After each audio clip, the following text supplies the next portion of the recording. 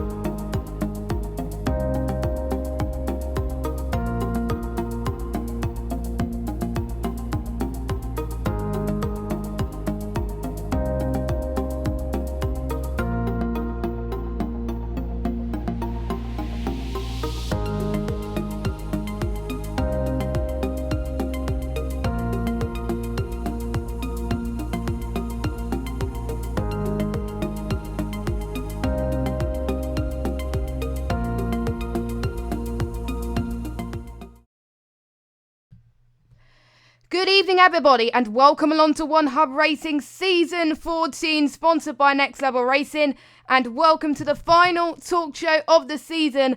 And because it's the final talk show of the season, we're streaming live on the One Hub Racing channel. Good to see all of you in the chat at the moment.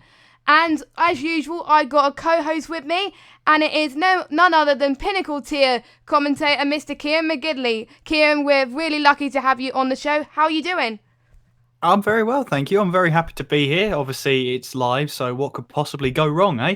But yeah, I'm looking forward to looking back at the season, looking forward to next season as well. Yeah, I'm looking forward to this season, next season more than you are. But enough about that. We're going to talk about season 14 first. So all 21 seasons have pretty much over, 21 races. How do you think the season has gone overall at One Hub Racing, do you think? I think it's gone pretty well. I mean, lots of championships have been decided early, which is just shows you how good the driver at the top has actually been. So sometimes that can go over people's radars when if a champion's won early. Some people can say, "Oh, well, it wasn't very fun towards the end." But actually, it just shows you what some of the caliber of the drivers are we've got. I mean, for example, Iceman in the podium, absolutely blowing it away. I mean, he won 2/3 of the championship when you look back at it. So absolutely incredible. And I think in the pinnacle tier, for example, I think that was the last championship to be decided, and that was decided at the penultimate round in Brazil. It would have been nice to have Louis go all the way, but unfortunately, I think personal circumstances has got in the way, and that has to come first. But it opened it up for Westy to really drive home and win the championship. Yeah, definitely. And there was a few new changes this season as well, including the team contract having a little bit of a revamp. There was people actually changing teams midway through the season as well. For some of them, it gave them the confidence, and some it did not give the confidence for them as well. How do you think it affected the drivers? I think it's always drivers are always reminded about how cutthroat some of these teams can be, especially towards the top. Their expectations can be very high, and if you're changed a team halfway through the season, yes, it can affect your morale. But sometimes, for some of the drivers, the pressure actually worked. I mean, again, referring to the pinnacle tier, I remember Unknown in the Renault. He was teetering on the edge. The team weren't sure whether to go forward with him through the season. But at the French Grand Prix, he got his best result of the season. Actually, Renault's best result of the season. I believe it was P4. He just missed out on the podium, and the team decided to keep him on after that towards the rest of the season. So I think sometimes the pressure can work for those drivers, but if you don't quite have the resilience of that pressure over your shoulders, yes, it can weigh you down slightly, and it can force you into a couple of mistakes you wouldn't normally make. Yeah, definitely. And I think Midnight was a good example who did well in the second team transfer. He got to Red Bull and absolutely smashed it. Simon in the Red Bull in the position tier did quite well as well. And yeah, it just made things a lot more interesting. It made people to work harder within their craft. They're not just in one team for the whole season. They're basically working towards being the best they can possibly be. Then there were some drivers that just didn't quite make it and just realised that I really need to step it up. But there's also some people in the lower half that have done much better being in a lower team as well. Yeah, I think so. When you're at a lower team, the expectations aren't as much. They're not as big. So maybe the teams at the bottom of the food chain are just sort of thinking about points or stability, consistency. But some of them have thrived under that zero pressure. So again, when the expectations aren't on you, it allows you to take a couple more risks that again you might not normally take otherwise. Yeah, and I think that was pretty much all the changes this season as well. And also qualifying night. Qualifying night was pretty much the closest I've seen this season, to be honest. And qualifying night is just so great. I mean, it just makes people having to work hard for their craft again, and prove to Jamie and Nick that they deserve to be in the tier they want to be. There was a few people like Ollie, for instance. He wanted to be in Prestige, and he didn't end up being Prestige due to a poor performance in qualifying night. But he proved it. Like we'll talk about Ollie a bit later. But there's people that I think have done much better in a lower tier compared to the tier they want to be in, and I think it just shows that again the pressure is there, but the pressure is not there if they're in a lower tier, and it makes them work harder. Yeah, I mean, qualifying night really does help to really bunch up the grid. But, for someone like Iceman, who won 14 races during the season, I believe that was, or sorry, won 6 races during the season. You had White Fountain, won 14 races, 16 podiums. I mean, for those drivers, I think there'll be a keen eye over those guys because they should be in higher tiers for next season. So we'll have to just wait and see how their qualifying night goes down. But if your tier is decided on one night, that again adds the pressure. And I believe it was the lap on the softest tyre compound was the only one that counted. Yep. So if you set a lap time on the medium tyres, well, it didn't actually count. And I'm not sure the behind the scenes how that worked out in the end. However, I think the tiers were very close at the start of the season. Yeah, okay. The dominant drivers found their form, and once you find the form, if you've got drivers behind you that aren't in form, you find that you're at the front a lot more often than you would expect. and for drivers like White Fountain, made it look easy. Yeah, he did. I think there was a few people, including myself, where he should have been in Pinnacle tier, but ended up not being in Pinnacle tier and being in position. So, but he's got a chance, and I think because he's champion of position, I think there's no excuse for him to go into Pinnacle next season, or even Prestige or something. It depends how many tiers we've got next season, really. But we'll talk about next season in about a bit further into the talk show. It'll be right towards the end as well. So we'll talk about the 4 tiers in general. And then we got some interviews from 3 champions. We've got one from Iceman, which is pre-recorded because unfortunately Iceman can't make it tonight. And then Westy and White Fountain will be joining us a little bit later on to have a chat with us, see how their season's gone and what their hopes for next season. And obviously we got the interview from the one and only Mr. Nick, our league owner as well. I had a chat with him earlier on in the week, and he let me know his thoughts about Season 14 and also Season 15. But, right, let's talk about podiums here, for instance. Like we said, Iceman has won pretty much won 6 races this season, 14 podiums as well. But it wasn't all about Iceman at the start of the season. It was Aaron that really went on true form, but unfortunately he quit. But I think before that, the podium tier was quite close before Aaron quit.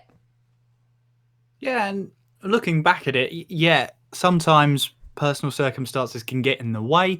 For whatever reason, he decided not to complete the season, which then opened it up for Iceman. I mean, he finished at the top of the table, 150 points, from Brazil, because the stewards' results haven't been confirmed just yet. But as at Brazil, he was 150 points ahead of SD there. So he really did prove himself. 6 wins, 14 podiums again as of Brazil, and 5 driver of the day votes won. I mean, that just shows you everything, really, doesn't it? The commentators of the podium tier and his fellow drivers and his fellow spectators thought he did a fantastic job because he got the most driver of the days coming up to Brazil. So I think he did prove himself, definitely. 150 point gap is nothing to shake a stick at, and I'll be interested to see how he gets on at the next qualifying night, because with that sort of points gap, he should be looking at a higher tier, and that sort of when you get a champion, normally their expectation is getting to the higher tier and get amongst faster drivers. And some people can struggle, some people thrive under that new pressure. So it'll be interesting to see how Iceman gets on if he competes next season, of course. Well, as you said, Jess, we don't know how many tiers there are going to be. But yeah, if he continues on next season, there's no reason why he can't do well. Yeah, I agree. He's hoping to possibly be either in Pinnacle position or something like that, but I haven't seen an issue where a champion hasn't qualified into a higher tier. Obviously, Ian last season, he won the podium champion by quite... It was quite close, but it all went down to one race and one mistake from Josh. But we'll talk about that once we get to Season 15. But... yeah, and luckily not much has happened that season, because obviously it's a one-stop that people can make in Season 14, so don't have to worry about that. But the biggest surprise, in a good way, has definitely got to be Pizza Parker. I think he has shown massive improvement since he first started. He got the second most driver of the days. He's the one that's climbed his way up the field when the going gets tough as well. He's got 6 podiums, and due to the penalty Boris got in Brazil, he got his first win, so... surely things are on the up for Pizza Parker. Yeah, I'm sure he wanted to get that win out on track. However, a win's a win, and it's as sweet as it sounds. So he'll be happy to get a first win of the season on the board, and 160 points, 3rd place in the championship as well, I believe it was. 3rd, yeah. We're looking at the results as at Brazil, because as we said, the results from Abu Dhabi aren't confirmed. The stewards' decisions aren't confirmed just yet. So if he does get 3rd place, I mean, that's a trophy. I'd love to take away a trophy, that's for sure. So me too. Yeah, I'm looking forward. If he does sign up for next season, I'm really looking forward to seeing what he can do. And at a full season at his disposal, he should be performing really well.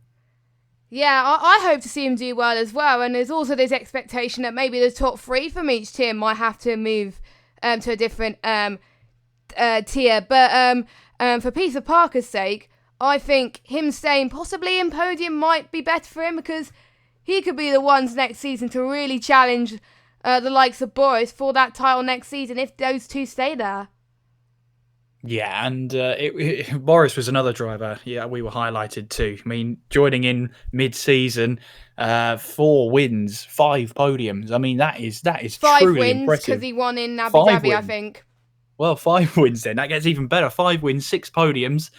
I mean, that is phenomenal for someone who joined in midway through the season. 140 points to his name as at Brazil. So that would make it, I don't know if he got fastest lap of the race or not, but if he didn't, that's 165. If he did, that's 166. That's nothing to shake a stick at whatsoever for Boris. So, yeah, I mean, he's really proved himself that he has the pace. And if he turns up for qualifying next time around, don't be surprised to see him in one of the top tiers. Yeah, I think so as well. And due to the fact that we don't know how many tiers, it is kind of flexible that they will possibly might be even in the top tier. There was one person last season that jumped from, I think, podium to pinnacle or something like that. So they might get the big jump there. SD Mats did okay. But I think the main thing that helped him was his consistency. He didn't get any wins, but he stayed quite consistently in the points, and it just goes to show, as George Russell says, consistency is key, and that's why he's in the top half of the championship. Well, to finish first you must finish. I mean, it's as simple as that. Okay, he hasn't got a win yet, but 4 podiums as at Brazil. Again, nothing to shake a stick at. I mean, getting a podium is a great honour. You were one of the fastest 3 drivers of the day. You got the strategy right, everything like that. So, yeah, I think he's deserved his place there, and I can't wait to see how he gets on next season. Hopefully, to get his first win. Yeah, I could see SD Mats getting his first win at some point because I've raced him in one of the lower tiers in another league. Not going to mention which league, and he's insanely fast. So just watch out for him next season, and hopefully I like to see his craft there. Someone saying in the chat, Sam saying hopefully Boris is not in podium next season. Okay. But I'm guessing Sam might be in podium next season. That's probably why he doesn't want any competition. But speaking of Red Bull, Gazza got, I believe Gazza got Gazza got his first podium in Abu Dhabi on Friday, which for him, that was a really good confidence booster because Red Bull have mainly been in the top 6 and hasn't scored much podiums this season, but Gazza really proved it when it actually counted, and to get a podium in the last race, that's going to help him for next season, surely. Yeah, and it's always when the last race of the season, when the championship is decided, everyone just goes for it. You know, it's normally you want to get the fastest setup, you want the fastest tyres, you think, you know what, I'm just going to go flat out for as long as I can. And for Gazza to get that podium, yeah, okay, it was at the end of the season, but we've seen before that drivers winning the last race of the season, once a championship has been decided, the momentum carries forward. And with next season coming around very quickly, momentum will be key heading into there. Yeah, and remember, like Valtteri Bottas, I remember in 2018, he absolutely worked his gut off to get some good results at the start of the season, and he ended up winning the first race. So hopefully, Gaz can do that. And there's a few drivers that stuck by me that didn't perform well. Liam, for example, he wanted to go to Red Bull. From Renault, didn't work, so we went to Haas. So I think he was one of the only drivers that got transferred twice, one in a bad way, and yeah, it is a shame for that. And we also got Coxey and Pepe as well. They didn't have a good season either, but for them, it's just about putting a fresh start into next season. Yeah, I think everybody gets the reset buttons pushed at the start of the next season. Whether you've had a good season, whether you had a bad season, you come in with a fresh mind heading into that next season. So hopefully they can put those seasons behind them, whether it's been a bad season or whether it's been inconsistent.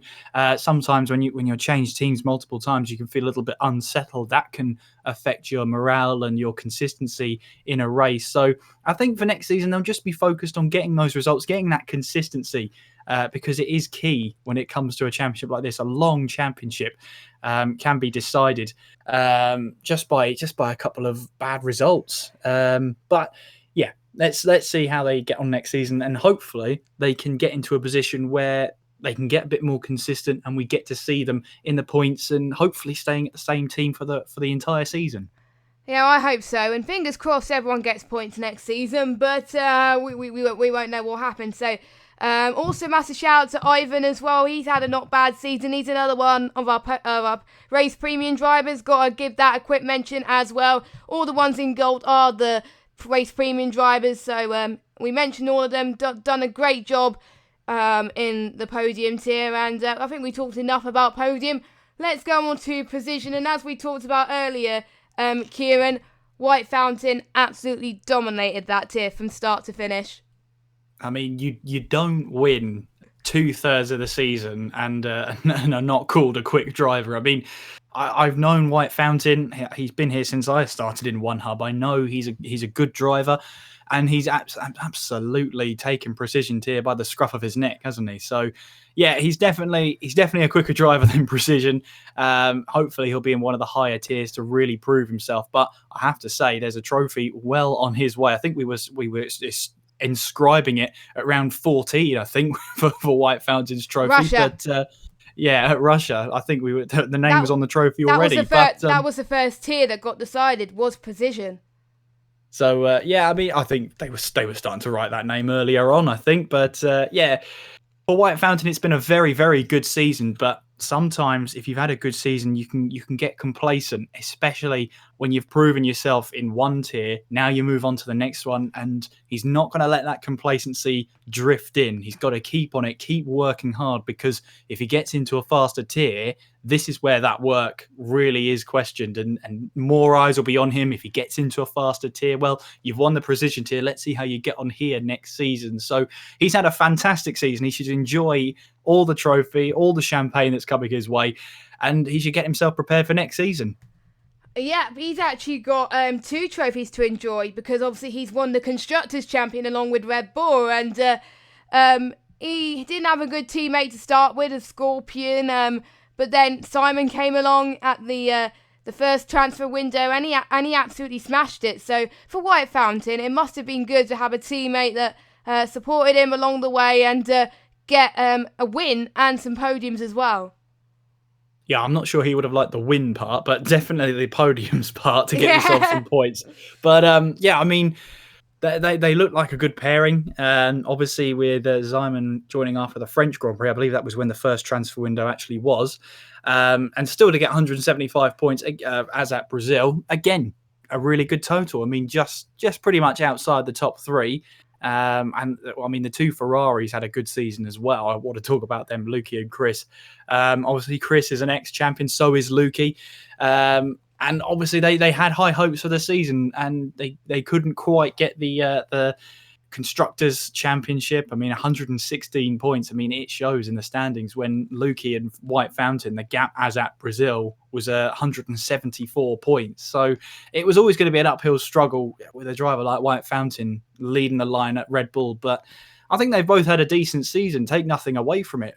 4 wins for Lukey as at Brazil. 1 win for Chris as at Brazil as well. 11 podiums for Lukey to 10 for Chris. I mean, in any other season, they'd probably be champions. Either one of them could have been a champion in any other season. But the fact that they came across White Fountain in the form he was in, I mean, he was unstoppable. They didn't have a chance.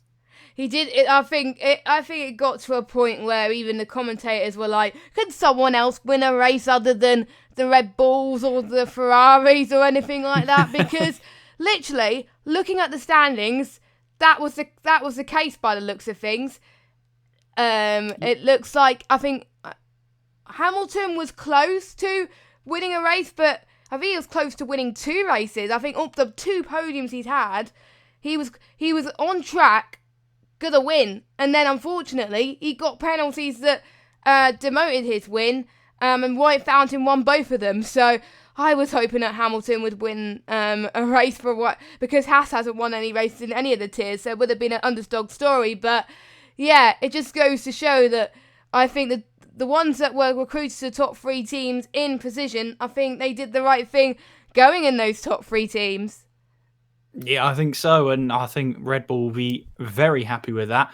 Ferrari will have I think they'll be pleased with the season. Obviously, it's bittersweet because they did have a really good season. I mean, you don't win 5 races in a season and not be considered a good team. But they just came across White Fountain, who got more wins than the entire team combined, and even more than that. So yeah, I think in any other season they would have absolutely they would have had a great season. But I mean, Mercedes as well. I don't really think they got a permanent team down. I mean, they did have King J, who I believe joined at the midpoint in the season. I think he's a promising talent as well, especially in the precision tier. So we'll see how he goes. At 4 podiums as at Brazil, I mean, a good driver.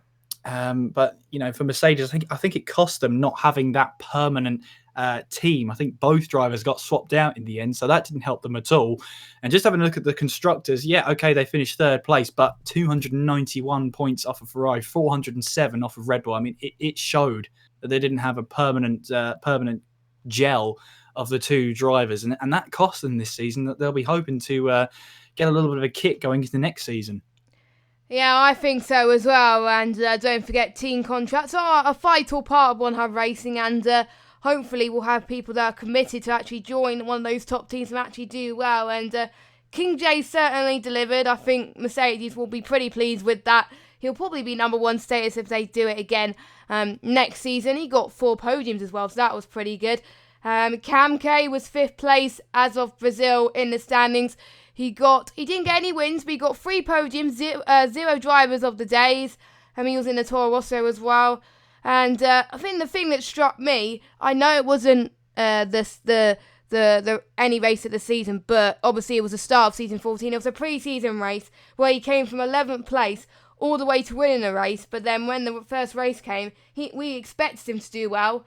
And he didn't perform as great, but he has come back in a few races and absolutely delivered. Yeah, absolutely, and that can only go well for next season. We've already talked about building momentum for the next season, and sometimes for those mid-season drivers, that's their aim, is maybe to not exactly write off this current season, but to build momentum for next season, to prove themselves to the top teams that they are available for next season. That's what it's all about, and I think King J has done himself no harm whatsoever heading into next season. Yeah, I think so. I think so as well. And obviously Vitin as well. Vitin was a guy that caused... Vitinho. I'm rubbish at names. Usually when we do this recorded, I would have edited this out, but it's live, so we can't get away with it. Vitinho, in the Renault, he was in the Mercedes at the start of the season, I believe. His season started off very poorly, but he got a few race bans, and it was kind of like cloudy balloons, where suddenly it kind of the pressure just got to him, and then when he went to a lower team, his results picked up a bit. And I think he obviously thanked us for the race ban as well, which was good enough. But I do believe he's got 1 driver of the day. Actually, he got 2 drivers of the day. So his cleanliness is certainly improving, and it just goes to show, if you start off as a dirty driver, you could go on to be a clean driver, but obviously you have to keep the momentum going for pretty much the whole season. But Vitinho, P8 at the end of the season. I was expecting him to be quite low, but due to the incidents at the start, but he picked up back towards the end and had hardly any incidents towards the end, which was great to see. Yeah, I think sometimes you learn more from your mistakes than you do successes. So it's great to see that Vitinho is always learning, and obviously you don't get podiums without being a good driver either. So it shows that pace is on his side, and to be honest with you, he's only going to get better with every race that goes past. It's always learning. It's always developing your own talent. Not for me. I go downhill every time I have a race, but that's not the point. Yeah, same. The point is that I think Vitinho is only going to get better, and we'll have to see if he signs up for next season, where he goes, and which team takes the chance on him. Yeah, I think so as well. And the thing is, you start from a clean slate as well. And if you have a season under your belt, this already gives you a chance to go to the middle team straight away if you wanted to, and pick up the pace a little bit. So that will probably help Vitinho in some sense as well. Other drivers have done well. TB as well, 9th place Scorpion as well. He started off in Red Bull. Apologies for slating good old Mark when I was talking about the Red Bull guys, but since he actually came to McLaren, his results haven't been too bad. So again, he picked up from another team as well. Luke, he only joined pretty much towards the end of the season. I got to talk about Luke, obviously because he's race premium as well, but he got 2 podiums. And obviously a few Driver of the Day nominations. Unfortunately, he didn't quite win the nominations, but the commentators did pick up that Luke did really well, despite obviously joining when the championship has been decided. And that can only be a good thing as well. I mean, again, podiums, really good consistency from him. So it'll be good to see if he joins up next season, which I hope he does as a race premium member, to see where he goes, especially when it comes to a qualifying. Like sometimes when you join in that late of a season, you can leave some impact, but not as much as if you joined after France, for example. So obviously qualifying night is going to be crucial for him next time around. He's got to show up. He's got to put in the lap of his life and see which teams will be interested. Yeah, we'll let you know what track qualifying night is when we interview Nick later on. So please keep your eyes peeled. So I know there's a few questions saying, what track's qualifying night? But we'll tell you pretty soon as well. And finally, for the positions here, we're going to talk about the drivers who haven't done quite well than we would expected. First of all, we'll talk about the podium tier drivers from last season who've moved position, Ian and Josh. They didn't have quite the best season. You would be expected to be right at the midfield, possibly in the top 10. Unfortunately, wasn't quite there. Maybe the pressure did get to them on being in a higher tier than podium. Yeah, it can do, but I think they would have taken this season as a bit of a learning curve. Obviously, coming up from a lower tier into a higher tier, which has quicker drivers, maybe more consistent drivers, I think it would have been a good learning curve for them. Yes, it would have been a little bit frustrating. They've gone from winning in their league, scoring constant podiums, to here, as at Brazil, 20 and 19 points for Josh and Ian respectively. That will be frustrating for them. But if they take this season as a learning curve, take what they've learned on to next season, I think they can improve, and I think they will improve heading towards next season. It's not easy when you get promoted. You've got to prove yourself. As I've said before, all eyes are on you. Everybody's expecting those performances. Sometimes that pressure can get to you, but at the end of the day, as I said, they've got the pace. They've got that potential to get better, and you learn more from your losses than you do to your successes. So hopefully they'll take those lessons on board and get themselves better for next season. Yep, and also Zach Jarvis hasn't had the best of seasons either. He only got 3 points as well. I think Baboon J, also got 3 points as well. So, like you said earlier, for those two, it's having a fresh season for them and really picking up the paces as well. And finally, a driver I'd like to talk about is Dexter. He got his best result of the season. He didn't get any points before Brazil, but in Abu Dhabi he got his first point of the season, and he's one of those drivers again who, like Gaza, he got one of his best results of the season, and that's going to carry on that momentum, and he wants to carry on that momentum because he's one of the drivers as of yesterday who signed up for race premium. So Dexter has got a seat confirmed at One Hub Racing. He doesn't have to pay the entry fee because he's already done it for like 2 seasons, so that is good news for him, and that's really going to help him boost his confidence after a little bit. I think he got 6th place, I believe. I can't remember. But yeah, Dexter, someone to watch out for. I think him being in the position tier wasn't the best move. I think he probably would have done better in podium, but I think he was in the borderline between those 2 tiers. But we'll see what happens when it comes to quali night. But Dexter, definitely one to watch out for, I think, to see what he does next season. And also Peter Parker got race premium from podium. I forgot to mention that as well. But yeah, good job on Dexter for really ending his season on a high. Yeah, and that's what you want to do, ending your season on a high. As we've said before, it's about carrying that momentum into next season. That's where it counts. I mean, next season is pretty much only around the corner compared to other seasons we've had before at One Hub. It literally is just around the corner. So yeah, momentum right now is more important than any other time. So we'll have to see how he gets on in season 15. Okay, so that is enough about position. We'll hear from White Fountain later on to hear more about his thoughts of being position tier champion. But now we're going on to the tier that you know the most about, because obviously you commentate on it. It is the Pinnacle tier, and that was the tier that got decided in Brazil. It was the only tier that was pretty much one of the closest I've seen in Pinnacle tier. It was Leon to start with, who dominated. Then he had this bad form and quit. but then it was Westy and Kazi. That was Kazi who was fighting for until the end of the season, and it was Westy that topped. That take us to that last race in Brazil. Well, the race where it got decided in Brazil. How important was it for these two drivers to really pick up those good performances? I think when it came to Brazil, I think Cass was pretty much the underdog. He knew that he had to finish ahead of Westy and finish ahead of Westy well. He really needed Westy to make a mistake of any kind.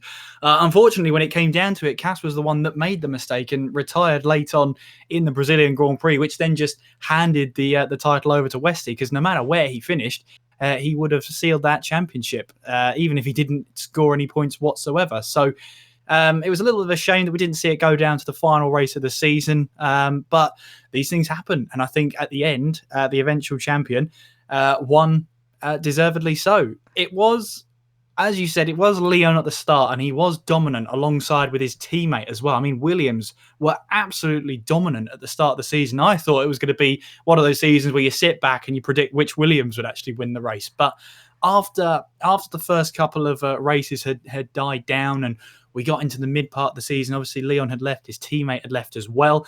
It left two gaping holes at Williams here that had to be filled. And at the end, that was the lifeline that Ferrari needed to go on to win the Constructors' Championship.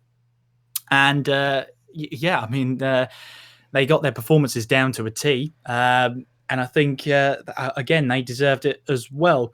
I think Flavel was one of those who maybe should have done better. He had a season where he made mistakes. I mean, USA stands out the most. It was viewed by so many people because, you know, I posted it on my own Twitter channel, but that's not the point. The point is that he did make a mistake at a turn one, and that cost him a chance of the championship. Yes, he was rank outsider heading into COTA, but you know, he started off this season so well. He has started out this season with a point to prove. He didn't want to be in this tier. He thought he should have been in prestige tier. He set out there and he said, the only thing on my mind is to win this tier. I'll prove you all wrong. And then sort of in the mid-season, it just didn't go well at all. He had a couple of average results that put him off the radar a little bit. And then towards the end of the season, he sprung up again with some of these great performances, great podiums, great drives. And unfortunately, I think it was a little bit, too little too late.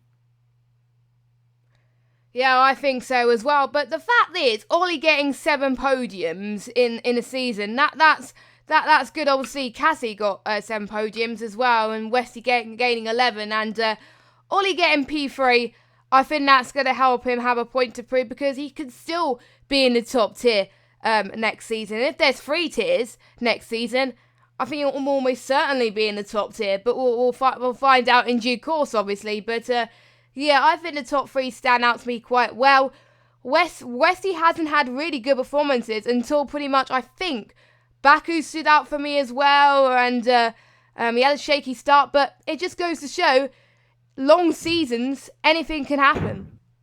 Yeah, absolutely. It is such a long season as well. 21 races, as you say, anything can happen. I mean, we had both Williams drivers leave, so it opened up both the drivers and the Constructors' Championship. As well as that, I do want to give a big shout out to James Slater as well. Okay, yes. He didn't win a race. He got 1 podium in the season, but he is the proof that consistency is key. He was up there in the points almost every single race. I mean, that was just incredible that he finished off the season in 4th place. I mean, that is incredible. If he gets a couple of wins and a couple more podiums on his side, he is championship material, absolutely. And I think he's got the potential for it as well. He's in terms of strategy, he's in the right place at the right time. He's one of those drivers that really just does depend on consistency. If he can get pace on his side, he's going to be a championship contender, no doubt about that. Definitely. And also we're going to talk about 2 other drivers from the same team, TTG Forbes and TTG Will G as well. Forbes started quite late in the season as well, and he definitely challenged quite a lot of the top guys for wins and podiums this season. He 5th place, even after joining so late in the season. He's got to be a formidable force for next season as well. Yeah, I think so. There's a lot of drivers you could say that as well. Yeah, Will G has got the pace, definitely. I mean, you don't win 3 wins or you don't win 3 races in the season and don't have pace. I mean, he is a great driver. If he can join earlier on in the season, if he can complete a full season, then who knows what he could achieve there.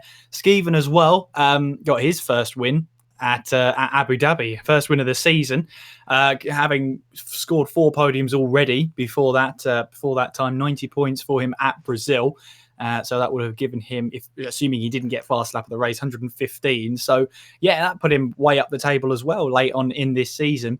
So I think he's one to watch. He's got that win on his side, and as the common theme, Jess, consistency is key. And when you get to the end of the season, you want to build on momentum. I mean, this solidifies it for both Will G and for Skeven. They've got good performances on their side. They've got momentum on their side as well. I'm looking forward to seeing what they can achieve next season. Yeah, and one other driver who I know's in the chat, but he deserves a mention, Valentino, also known as Danestar. He made a comeback. It was great to have him back, and he won in Brazil, which, I mean, I think everyone in the stream chat went absolutely crazy. I went crazy in the management chat as well. But yeah, it's great. It's great to have him back, and imagine what he would have been like if he joined earlier in the season. Because P10, after joining so late into the season, is still not a bad stat. I think Danestar will be pretty pleased with himself after that. He's always a fan favourite, isn't he, Danestar? Yeah, he's always got fans in the chat. He's always got that support behind him, no matter where he goes. And yeah, getting that win at Brazil was just incredible. I mean, it was such a dash to the line, unbelievable finish to that race. He fully deserved it, though. Absolutely deserved that one. So if he can complete a full season this time around, hopefully he does. Obviously, he's got pace on his side. He can be a little bit aggressive. I've seen that this season. Especially, well, at Mexico, we couldn't see him, so who knows what he was doing then. But he did upload his point of view, but again, he was still invisible to me. But he did have the pace at Brazil. Okay, he's a little bit robust, but, you know, the drivers know that around him and know what to expect, so they know how to defend against it as well. I think he's a talented driver, and if he has a chance of, starting a season off on the right foot, then he is a formidable force. Yeah, and Sam as well. Sam picked up towards the end as well with his win in Mexico as well, from starting quite low down in the field actually to went on to win the race. But I believe that was the race where the safety car patch came in. I can't remember. I believe it was. Yes, I think it was the very first race. So that was an experience and a half to have that safety car come out and everything. It might have been Mexico, it might have been the race after. My memory's not that great, but either way, he took advantage of whatever situation came over him, got his win, and just proved to us that if you have the strategic mind, you can win races. Sometimes pace can only take you so far. I think Sam is a great driver. He's all in the brain. I think he's more of a strategic driver more than anything else. Maybe he might not have the pace race to race, but the strategy and pitting under the safety car, when to do it, when not to do it, that's definitely on Sam's side. So obviously we've got a patch out now that encourages the safety car to come out more often. So who knows what could happen there. I think Sam can get a couple of wins next season, definitely. I think he can as well. Now we go on to the lows and also the biggest shocks of Pinnacle. Yano in 8th place. I was expecting him to be up there a little bit higher in the standings, even though he joined midway. He got one win in Austria, I believe, and that was it. I mean, talk to a little bit about Ginal, because he's usually in top tiers in a few leagues, but obviously there wasn't enough space, and now he's in Pinnacle. But I don't know why his pace wasn't there or anything. Maybe he just was having a bad day. I don't know, but still 8th place is not bad, but I'm sure he deserves something better next season.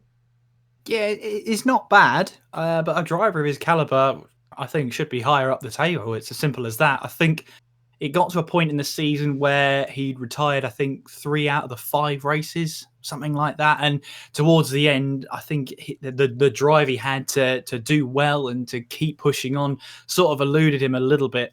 I think he took it as fun towards the end of the season, which is not a bad way to do it, but I think it just showed in the results, which is unfortunate for him. Hopefully he can just push the reset button on this season for next one, and hopefully he'll come back with all that lovely pace that he has, because he does have it. I've seen him before. He does have pace. He is a driver that is formidable when he's in form, but he's just been out of form this season. And let's see if he can push the reset button and get himself ready for next season. Yep, and also same, because we won't have time to talk about much, because obviously we still got quite a lot to talk about already. We got Z3 as well, hasn't had the best season, 17th as well, and Unknown African. Let's talk about Unknown African as the last driver we talk about, actually, who I think the race in France pretty much saved him from one hub and keeping his seat, and still 41 points is not shabby from his perspective. Yeah, I did hear murmurs in the Renault management that they were thinking of dropping Unknown at the end of that French Grand Prix, but he pulled out one of his best results this season. I think it was the best result of his season, 4th place, just missing out on the podium. And I think I said to Jamie at the time, that is a performance that has saved his seat. Even before it was confirmed, I said that has saved his seat. Doing that in front of the team's home crowd, that's not gonna be missed. And he managed to keep his seat. He managed to hold on to it for the second transfer window as well. Obviously, Renault sees something in Unknown, and he does have pace on him. I think, it's a little bit of a disappointing season, but again, he just needs to hit that reset button and just look forward to next season, look forward to the next qualifying night, and see where he goes. Just get that little bit of consistency on his side, get into those points a little bit more often, get higher up the table, just work on it as progress. And, he is a good driver. I know he is. He's just got to make sure he realises that potential. Yes, definitely. And I've got to say, Pinnacle has been great to watch this season. Well done to all the drivers in Pinnacle. And I can't wait for next season. And finally, a tier that was finished quite early because obviously due to the issues of the turnout towards the end. But I don't want to not talk about it, is Prestige, because we didn't talk about it in the last talk show much. But obviously a champion was crowned in Japan, as well as the constructors. Louis absolutely dominated this season, really, with all the wins that he has taken this season. I mean, he didn't complete the last few seasons, and he had a point to prove, and this is one of the many championships he has won in any of the F1 2019 games. He is a force to be reckoned with, isn't he? Absolutely. You took the words right out of my mouth. I mean, he got a podium in nearly every single race. That's just incredible. That is utter dominance from Louis. Yeah, there. I think he lost. I can't remember. I think round 17 was Japan, so I think he only had a non-podium in one race. That's insane. Yeah, that is. Yeah, I mean, that is just complete and utter dominance there from Louis. He's showing, let's put it this way, 10 wins, so that's 6 of them he wasn't on the top step and still on the podium. That is incredible. That is incredible pace from Louis. He proved himself without a shadow of a doubt. McLaren would have been absolutely happy to have him. Expect big things from him in the top tier next season, maybe with a Mercedes, with a Ferrari, maybe with a Red Bull, wherever he goes. It'll be hard for McLaren to keep a hold of him. I think Blizzard as well. I think I remember it well. From what I hear, he didn't have a great start to the season, but he is a talented driver. I mean, I've known him for years now. I've raced against him. I used to be able to keep up with him. Now he'll lap me 6 times in a 3-lap race. He is an absolutely brilliantly quick driver. Sometimes he can get a little bit overeager in an overtake, and that does cost him. But overall, his pace can be unmatched on the day. For some reason this season, it just didn't click. Sometimes that happens, but I know he's a talented driver. He knows he's a talented driver as well. He'll be disappointed that not every race is a win. That's his kind of mentality. So, again, I think he'll be looking into next season and seeing if he can beat Louis out there on the track.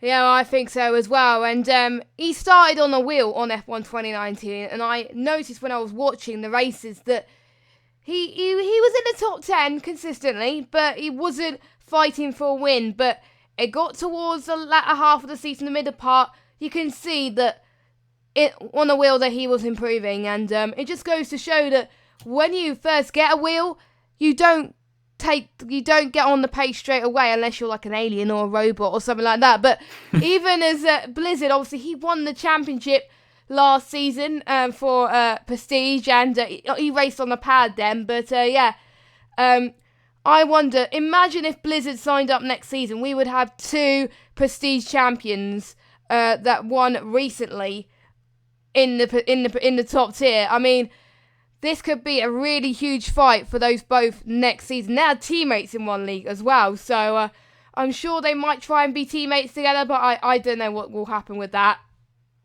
Yeah, I think it might turn into a bit of a Pro Senna scenario in that case. But no, I know they're good friends off the track, but sometimes when when you're involved in a championship battle, that slightly goes out of the window, and it happens. That's natural. And going from the pad to a wheel on this game especially is one of the hardest things I think you can do. And Blizzard's mightily quick there on a pad. Now he's making that transition. He's had a whole season to get used to that wheel. And when you're young like that, it clicks much, much quicker than it does with with someone like me. I'll never get used to it. But no, I think time's on his side, Blizzard. And, against him and Louis, should be a good one if they make it into the top tier and if they sign up for next season. If they make it to the top tier, I mean... You never know. Yeah, that is true. They could have a one-off in quali night. But those two have done a formidable job this season. But let's talk about Midnight for a second. You know him from last season, Kieran. He started off in Pinnacle and he done well in Pinnacle. And then he got moved into Prestige. And since pretty much... after the first 2 rounds, he's done really, really well and has really improved throughout the season. He's got 6 podiums, 1 driver of the day.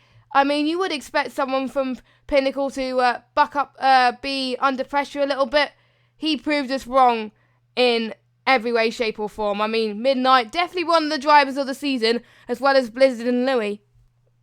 Yeah, you can tell he's a popular driver when it comes to the commentators and the spectators. Everybody knows the talent there. I think for Midnight, as you said, obviously in the Pinnacle tier last season, he had a good season.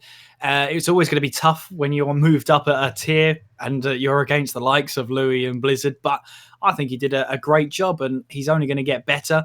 He's proved himself with that 3rd place there. A trophy's on his way, and hopefully, if he signs up for next season, if he gets into that good qualifying night form, then there's no reason he can't be in one of the top teams when it comes to next season. I think for Onyx as well, again, a pretty decent season for him in that Williams. 2 wins, 5 podiums, 4 driver of the days. Again, always a driver to watch out for. He is a quick driver. For some reason, again, maybe he's just getting into that form, building that momentum for next season. I mean, when you come up against Louis, who got a podium or finished on one of the top 3 steps in all but 1 race, it's always going to be tough to beat him. But, there's a handful of drivers in here that are quick enough to really put that challenge on. It's whether they can knock Louis off that top step. I would say the 2 Williams really challenged the Red Bulls this season. And also the McLarens as well. Onyx and Paris worked a really good pairing, worked the team quite a bit as well. They even challenged Louis and Blizzard for the title at the earlier half of the season. We thought the Prestige was going to be the closest at that point because they were so close, apart from Louis. But it turned out it wasn't meant to be. And Paris has done quite well. And I think Paris could be a force to be reckoned with next season too. And lots of other drivers as well. We got to mention Samster. He had a struggle, I think, this season. I mean, it wasn't his best season. We've seen better, but the turning point came for him was in Germany, where he got his best result of the season as well. And I think he'll come back from this and be stronger next season, as we talked about a lot of drivers actually. But Samster has not done too bad, but some of his mistakes he's made, Bahrain being one of them, might have cost him a chance for a few points, I think. Yeah, I mean, well, you say Samson's had better seasons. He's a champion in the precision tier, so he definitely has had better seasons. He's got that pace. We know he has, and now he's in the top tier. It's great to see him there. He does have the potential, and he's worked so hard to get here. He's not going to give up on that at all whatsoever. He's going to keep working hard and make sure he tries to get as close to the top as he possibly can. You were mentioning about Paris as well. I mean, 4 podiums for him. That's not a bad season, but he knows he wants to do better. And he's a he's a quick driver. There's no doubt about that. You've got lots of quick drivers in this tier, and if you get into that little bit of a poor run of form, it can show at the end of the season, just as it has here. You know, Paris not having any wins this season, sure, that'll be a little bit of a kick to him, but I think that will only motivate him more for next season, to be completely honest with you. He's one of those drivers that if you kick him down, he just comes back better than ever. So sometimes you need a season like this to sort of make sure it keeps you on top form. And I think for Paris, don't rule him out for next season whatsoever. Definitely not. Watch out for the 2 Williams guys. Watch out for Lakitu as well in the Mercedes. And also watch out for Valtteri Racing, you know. He joined really late into the season, and obviously the teammates before him didn't score any, hardly scored any points for McLaren. Pretty much the constructors was pretty much won by Louis himself, pretty much. But Valtteri Racing really helped him towards the latter half, really secured that constructors fire, and he has worked so hard. 2 podiums, 1 driver of the day. He even like one of the other seasons in the top leagues, he actually won the second tier the title. So he is a really quick driver. He's joined one of the quickest teams in the esports field anyway. So the guys there has shown that they want a quicker driver in that respect. But yeah, Valtteri Racing, the German, watch out for him next season too. I mean, for Valtteri Race, it's not often you can compete in 3 races and be awarded a trophy. I'd love to do that. But, I mean, the point is he is a quick driver. And if he gets a full-time seat next season, again, don't rule him out. It's looking like prestige tier. You're going to have so many quick drivers. It's going to be hard to pick a winner out of the bunch next season. But that is a credit to the drivers in the tier already. So I'm looking forward to next season in the prestige tier and see how it all goes down. Yep, whoever gets to commentate that, I hope they'll have a good job as well. And a few drivers that were a bit off the walls, I think, this season. Bredster didn't get his season off to a good start. I think it was the first time in history where Bredster started on minus points due to his spin in the pre-season race. But yeah, he was in the hassle season, and I think he really needs to improve if he wants to stay in the prestige. But maybe being in a lower tier next season might be better for him. Who knows? Well, the thing is, when you're starting on minus points, you're starting off on the back foot. It's as simple as that. And, you know, getting into positive points is the first stage of that, to get yourself out of that minus points range and finally getting some good points on the board. So actually the 6 points there doesn't really tell you the full story. I think, you know, obviously just needs to get that consistency down.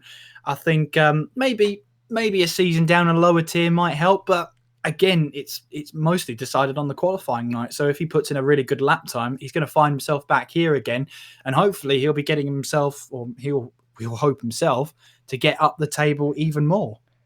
Yep, and hopefully he could go maybe in the top 10 perhaps as well. And Lewis hasn't had a good season either. Let's talk about Lewis. I mean, we would expect better from him, but he did get one of Toro Rosso's first big lot of points this season, and proved that he deserves to still be in that tier. I can't remember which race it was, but I think Lewis is another driver where he really needs to step up, I think. Yeah, and like we said before, sometimes it takes a season like this. It takes a tough season to bring out a driver. You know, some of these drivers, their best form is unlocked when they've had a season of adversity where it's not quite gone their way, where performances haven't been great. And sometimes that brings out the best of a driver. It makes them work harder. It makes them realise, well, actually, I've got to put some more laps in. I've got to put 20 or 30 more laps in than I'm already doing to get that line right. And I think for Lewis, he will get up the table. He just needs that. He just needs that form on his side. Sometimes as well, there's a little bit of luck you need as well. In the top tier, sometimes a bit of luck your way goes a long way. When the safety car is deployed, whereabouts you are on the track, when the VSC is deployed, silly things like that can really change a season. And Lewis will be hoping that he can pick up the pace for next season. I think he does belong in the prestige tier. It's just not gone his way this season, and maybe a season like this is what he needs to give himself that kick. Yeah, I think so as well. And that's all the tiers, I think, for this season. And congratulations to the Constructors Champions from those tiers as well. Obviously, in Podium, Mercedes, they won the Constructors Champion. So well done to Iceman and Azimasa on that one. And Precision, Red Bull Racing with Zyman and White Fountain, as well as Scorpion that helped them along the way as well, even though he got moved to McLaren. Ferrari, they won in Pinnacle with Westy and Woolgy. Woolgy, also formerly known as Foxy Dude. And then McLaren, they won the Prestige tier with Vasta Racer and Louis. Now, that's that out of the way. We're now going to hear some interviews from the champions themselves. We couldn't get hold of Louis, unfortunately. Louis is quite busy, sadly. So hopefully we'll try and get an interview with him pretty soon and put him up on the channel. But first of all, before we have an interview with Westy and White Fountain, let's have a look at an interview that I've had early on in the week with Iceman to talk about his experiences and how he felt being a One Hub Racing champion. I'm now joined by our Season 14 Podium Tier champion, Iceman. Hello, Iceman. How are you doing tonight? I'm okay, thank you. Brilliant. And first of all, I'm going to ask this question. How does it feel to be a league racing champion? Because I do believe this is your first ever title on the F1 games, isn't it? Yes, my first drivers and constructors. Yeah, so what was going through your mind when you had a feeling that you were going to win the title? Well, I always knew I would be in the chance of winning the title, so I guess it was expected. That is good. I guess that gave you a lot of confidence going into your races. And speaking of confidence, what has been your highlight of the season so far? What has been your best race? Probably France. Came from back at the grid, and I think I won by 12 seconds. Wow. Yes, I remember that race. It must have been hard with your strategy as well, wasn't it? I don't know. I was kind of on the same strategy as everyone else and made overtakes, and only got into the lead with about 6 laps to go, and from there won the race. So. And did you have any difficult moments in the season? I've still finished top 4 in every race, I believe, that I did, and I had 3 spins. 2 was because of people, 1 was my own fault. I don't know what happened in Hungary. Monaco, that's my best track, and I should have won the race, but lag knocked off my wing, so I didn't win. I lost by 2 seconds because of the damage. So, who would you say your biggest rivals, past and present, was in the podium tier to reaching that title? At the start of the season, it was I think Seppa and Aaron, and Seppa fell off the pace and Aaron left, so I was just kind of there to win. And present, probably Boris, he's been quick. And speaking of Boris, actually, do you think he could be, if you move up together or if you stay in the tier together, do you think he'll be your biggest threat into retaining your title? Well, I think that I'll be put into Pinnacle tier for next season if he comes with me, and I'll have lots of rivals. What are you looking forward to most about season 15, knowing that you've got a championship under your belt? Having more competition, seeing how I do against quicker people. Okay, thank you very much for your time, Iceman. And once again, here was your podium tier champion, Nexus Iceman. Well done and congratulations once again. Thank you. Right, so you heard from Iceman, and now we're going to hear from 2 more champions. First of all, we've got our position tier champion, Mr. White Fountain. Say hello. Good evening, all. And we've also got our pinnacle tier champion, Mr. Westy. Hello. So, as I asked Iceman earlier on in the stream, well, quite recently, and we'll start with White Fountain first, actually. How does it feel to get a championship under your belt? What was that feeling when you crossed the line in Russia, I think it was, and secured that title? It was an absolute great feeling, but I had a big gap, so it was kind of counting down the rounds until I became a champion. So, but it was still stressful until it was finally decided, and well, it felt really great to win the drivers' championship, but also win the constructors with Simon, because that one was really close up until like round 16, 17, and then Simon pulled it together and did some great races, and we managed to win the constructors. Brilliant. And I'll ask the same question from Westy. How does it feel to win not just 1 but 2 back-to-back as well? Not many people do it in that situation as you. You did it once in a lower tier last season, and you did it in Pinnacle this season. You probably wasn't expecting that coming into this season. No, not at all. Yeah, obviously winning it last season and stepping up. I remember beginning of the season looking at the tier and thinking, I've got no chance, to be honest. I thought I'd be like sort of in the top 6, but towards the bottom end of that top 6, if you know what I mean. But obviously Leon leaving helped as well. And yeah, just I had a crazy run of form like mid-season, which sort of like propelled me to the top. And yeah. Brilliant. Nice to hear from you too. And first of all, what has been your highlight where you found that it was your your proudest moment of One Hub Season 14 race-wise, starting with... I will go with Westy first, actually. So what is my proudest moment of the season? Yep. Probably the win in Hungary, because, yeah, obviously I hadn't won a race up to that point, and I felt that was the turning point of the season as well. So yeah, probably them. I did think it might have been the moment you saw Cass's name come up as retired at Brazil. But, you do you, Westy. Nah, because I had a comfortable lead, so I always felt like if I didn't wrap it up at Brazil, I could have done it at Abu Dhabi anyway. So, nah, Hungary, definitely. White Fountain?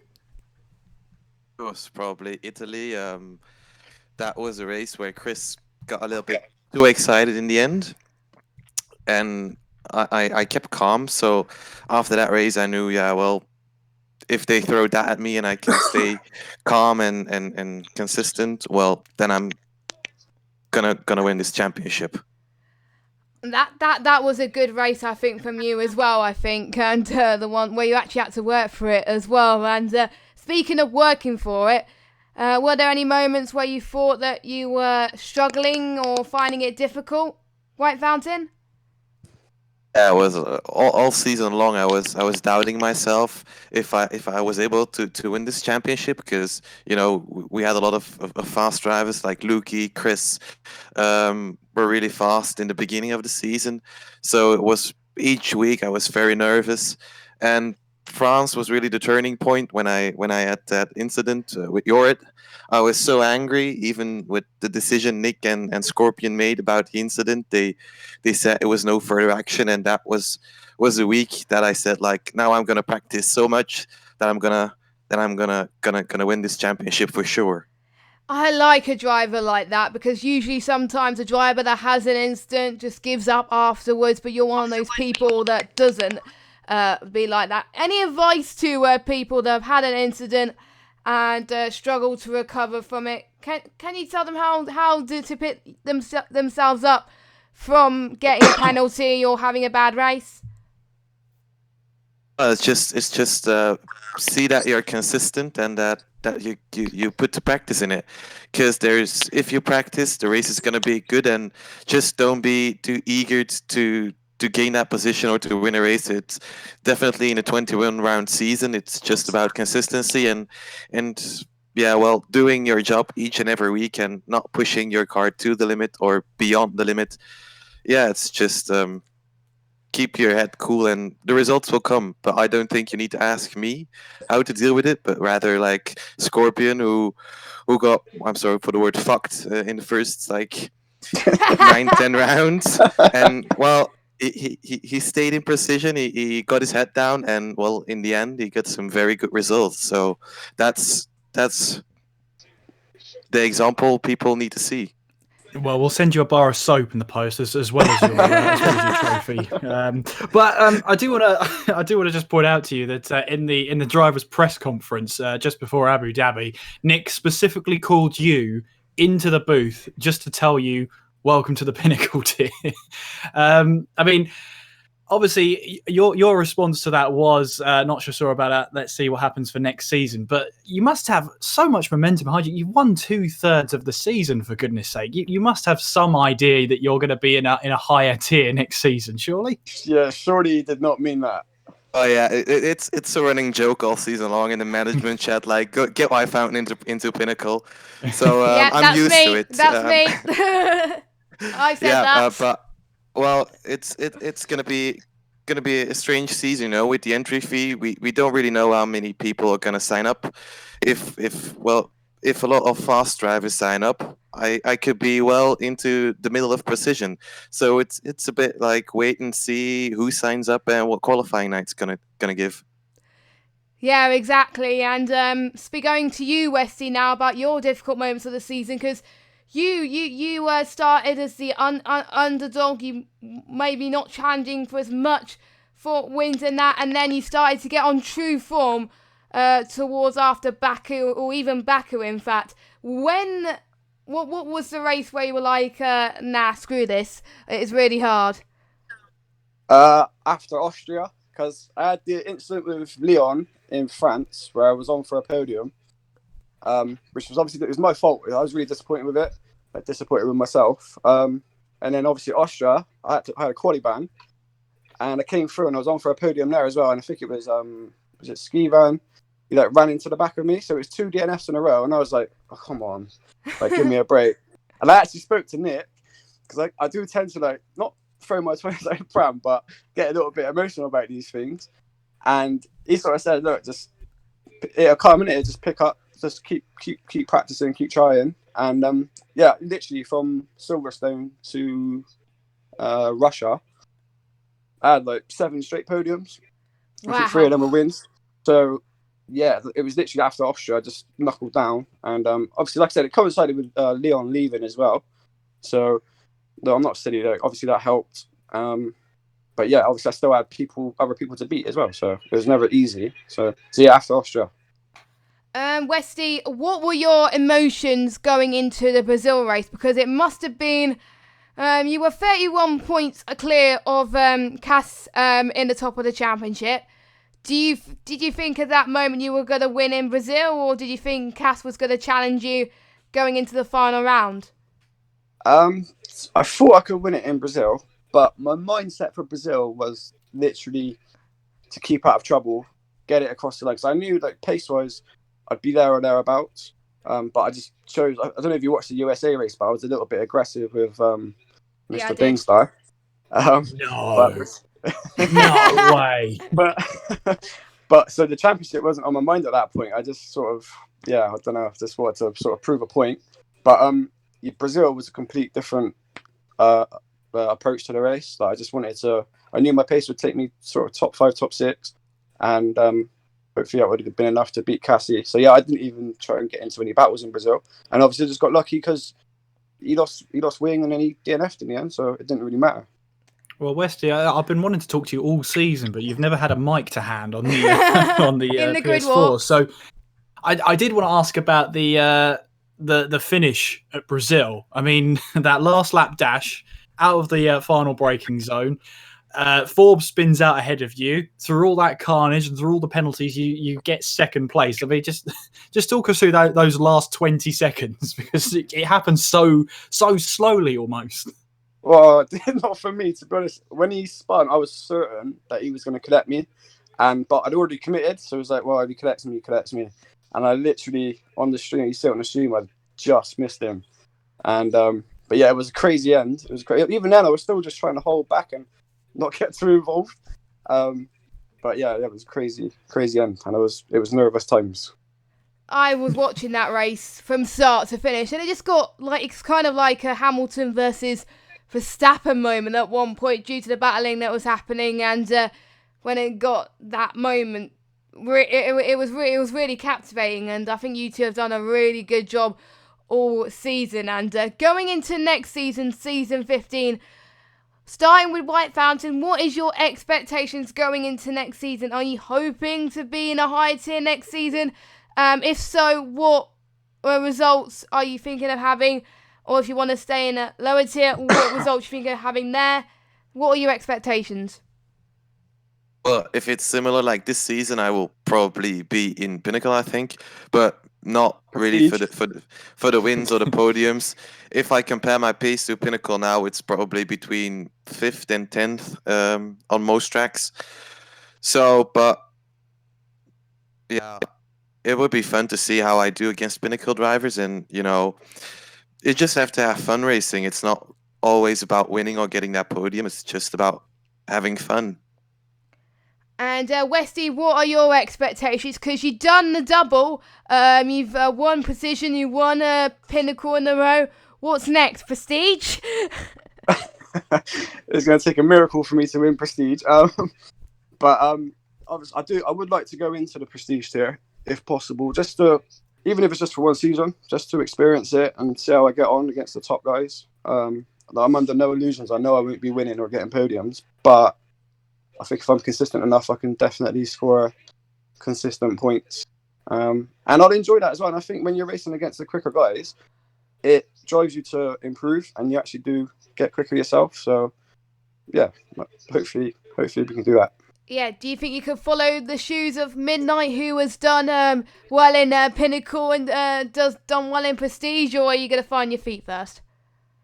I don't think I'll do as well as what he's done. But like, what did he get? 6 podiums this season? I can't remember. Yeah, I don't think it'd be that, but yeah, just sort of find my feet. If I can score some consistent points, and then obviously build for season 16. Yeah. Cool. We do have a few questions in the chat. I've been asking some of the guys in the chat to get those questions in. Kieran, have you got the chat open? I have indeed. Well, I've got a question first. Well, White Fountain is the most popular one for all the questions. I will say that. A lot of questions are coming your way. First of all, from S. Thompson. White Fountain, were you surprised about how dominant you were this season? Really surprised, because at the beginning of the season, you never know how the season's gonna go. So, but yeah, I did know there were some fast guys out there, and I knew I was at the top, but not that I was gonna win like 14 races, have 11 poles, 12 pole positions. So, but it was a fun season. What can I say? It's probably a season I'll never be able to recreate again. So, gotta enjoy while it lasts. Yeah, I absolutely said enjoy the champagne that's coming your way, and also the bar of soap, and make sure you enjoy that as well. And the rig. And the rig. And the rig, yes, and the rig. So hopefully that allows you to get even better. So I expect 15 wins next season. You can follow in my footsteps. Oh yeah, I just realised that. Another question. He was my championship challenger last season as well. Well, it's all come full circle then, hasn't it? Yeah. This is it. Another question for you now. I need you to make one thing clear for me, White Fountain. Were you part of the stewarding team? Yes, I'm one of the stewards together with Mark or Scorpion, and Nick is also involved in stewarding. Okay, so I'll paraphrase Peter Parker's question by saying, how challenging is it to balance being a driver and being a steward? For Podium, Pinnacle, and Prestige tier, it's quite it's quite normal because, well, I'm not involved in that tier, so I don't even know the standings or who's where. So that's kind of my point of view in those tiers. But my own tier, if we are involved in an incident, Jorrit and I in France, I had no say in the stewards deciding of that decision. So that's how we deal with our own incidents.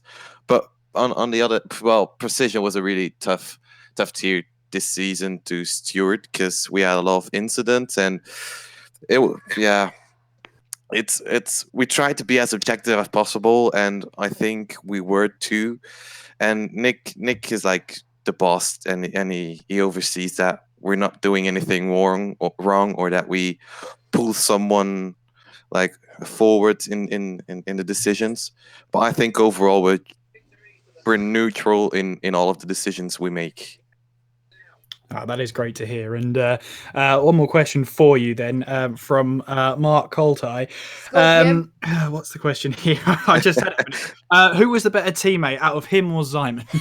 Ooh, that's a tough one. Well, I need to give a shout out to both of them because they are the two I practiced with on Fridays and Thursdays. So they really pushed me forward, and I think I pushed them forward. So it was fun driving with both of them. But in terms of points and podiums and wins, I guess Simon was the better one. Well, that's going to hurt, Mark. I'll tell you that. Don't be mad, Mark, because you're good too. Well, I think that's all the questions I'll have there. We've got to get some questions Westy's way. We've got a couple here again from Mark. Westy, if it all wraps up, are you looking forward to battling White Fountain again next season? Yeah, of course I am. Hopefully, if I stay in the pinnacle and he's in the same tier as me, hopefully we can be teammates. Yeah, teammates that could. What's the worst that could happen there, hey? Let's see here. One from Cohen to Westy. Did you enjoy the battle and racing you had over the season with everyone in the tier? With the majority in the tier, yeah. Are you willing to expand on that? No. No? No. I did try. How does it feel having being back-to-back champion? Says S. Thompson. I can only imagine having that success 2 seasons in a row. Like I said earlier, it's actually mad because it just shows progression as well, which I think is quite like at the beginning of the season. I remember looking at it and thinking, "Oh, it's going to be difficult," but I remember thinking, "How cool would it be to win the Precision, step up, and then win the Pinnacle tier?" Because outside of winning a Prestige tier title, it doesn't really get better than that, in my opinion. So, yeah, I think it shows progression. So yeah, it's quite a bit of a mad feeling, to be honest. I think 3 questions each, I think, is pretty fair, Jess. I think I'll hand it back to you. Yeah, I think so as well. But I'll leave one question for both of them because I think Sam has answered a very good question. Can both of you give any advice on how to reach that feat on becoming a champion in any tier? I'll start with White Fountain to start with. Well, first of all, a lot of practice, because it really shows whether you practiced or not. And well, the second thing is be consistent and know that it's a 21-round season. That one bad race is not gonna mean you're gonna lose a championship. So stay cool, do the best you can, and move on to the next race if you had a bad one. It helps winning 2/3 of the season, though, from White Fountain, that's for sure. That too. And being race premium. In precision's race sake. premium has nothing to do with it, but yeah. But adds after second. How about you? Yeah, practice is very important. Yeah, I agree there. To really find your feet, definitely practice is the key. And Westy, what about you? What is your advice? Pretty much the same as what White Fountain said, but also sometimes when a race isn't going your way, or you haven't got the pace of others around you to do well, it's just about just keeping it cool, keeping it calm. If someone, I don't know, bumps into the side of you or something and forces you off track and you lose 3 positions, not to lose your head. Just remember there's still time to go in the race, and there's always sometimes I forget, people pick up penalties during the race. So if you just stick in there and you get no penalties, you might actually gain 3-4 positions anyway. So yeah, basically that and what White Fountain said. Okay, I think that comes to the end of the interview with our two champions. Thank you very much both for joining us live on the last talk show. I hope you enjoyed yourself there, and best of luck both of you for next season and season 15. Thank you very much, Jess. Thank you very much, and good luck to Kieran in his commentators championship next year. Oh goodness, I forgot about that. Oh goodness. Well, So thank you very much. You got an opportunity to win something yourself now. Do you know what? I have an opportunity to prove myself to all of you. No, I'm kidding. Thank you for that. And yeah, it's great to chat to both of you at long last. And yeah, good luck for the next season if you do sign up, of course. Thank you very much. Cheers, mate. Okay, thank you both. And we're now going to have... I had a word with Nick at the middle of the weekend. We discussed about the highlights of season 14, and also we've got some mention about season 15, as well as some season 15 exclusives not mentioned in any of the trailers or the videos as well, including which tracks we drivers are visiting for next season. So if you want to know what tracks you are racing next season, this is the place to be, and also where qualifying night will take place as well. So here we go. Here's the interview from our lovely league owner himself, Mr. Nick. Enjoy. So we're now joined by the league owner of One Hub Racing. Nick, how are you doing tonight? Yeah, really good, thanks. Really excited to be here for a One Hub Racing talk show. Been a while, but yeah, looking forward to it. Yeah, so first of all, we're going to be talking about season 14 as a whole. Now, how do you think the season has been for you? Yeah, I think it's been really good for the league. Obviously, you know, these long seasons, they really drag out. Obviously, we started way back in September. So it's been quite a few months that it's been going. And you know, these long seasons, they are a marathon, a roller coaster for the drivers. And it's about handling those emotions, the bad races, the good races. And also for us as a league, you know, it's about making sure that we, you know, keep the momentum up. Keep doing what, you know, we've said we'll do from the start of the season, and just keep delivering. But yeah, overall, it's been a fun season. Few issues here and there, but you always get that in every season. So nothing out of the ordinary. Speaking of those issues, Nick, can you tell me what were the biggest challenges in season 14 that you had to overcome? Yeah, so I think it was obviously when we opened sign up, you know, we filled like 80 spaces within a week, and then we always had drivers on the waiting list throughout the entire season. But I think what we found is the community as a whole perhaps wasn't as happy with the game. They weren't as interested in the game, and so committing for, you know, a good 25 weeks on this one season wasn't everyone's cup of tea, I guess. So we had quite a few driver changes, and that often affected, you know, attendances. So that was tricky, you know, to keep, you know, drivers' interest up and keep them racing every Friday night. But nonetheless, you know, we still had some brilliant races through the season. Obviously, again, challenge was that the prestige tier had to, you know, end early. But, you know, I think you got to take anything negative like that and turn it into something that we'll improve on. And obviously, we've decided going forward as a team that no tier will be starting past 9 o'clock UK time anymore, which I know some of the top drivers will be happy about. But yeah, you know, a few driving issues in the precision tier, but I think we managed to sort that out through the normal stewarding things. But yeah, overall, a good season. Any surprises this season, either good or bad, that you experienced? I think one thing I personally found is I feel like, you know, the Formula One game actually delivered on a lot of the things that we were asking for as a community. But somehow, you know, the overall opinion was it just wasn't as fun, which I thought was a bit strange. I haven't raced on this game myself, so I can't really comment, but I know a lot of things we asked for, we got. And yet still, you know, drivers were struggling to keep, you know, the momentum up and the enthusiasm up.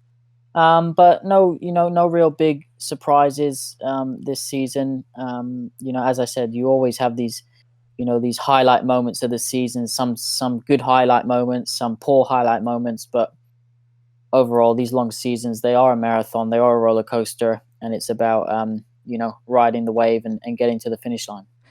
Yeah, definitely. And do you think one of the reasons why the game might not be as fun anymore was because maybe the game was released too early, do you think? No, I don't really think that has anything to do with it. I'm not. Truthfully, I haven't played it, so I can't really comment.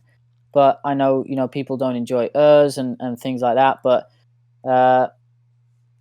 overall, I think it's a good game from what I've seen. But if that's the general opinion, then that's obviously something Codemasters need to look at and make sure for when they release 2020. It's a game that's going to keep drivers enthusiastic for 12 months rather than 6. Luckily, there will be a shorter season next season anyway. But so the final question for season 14. All our drivers' champions have been crowned.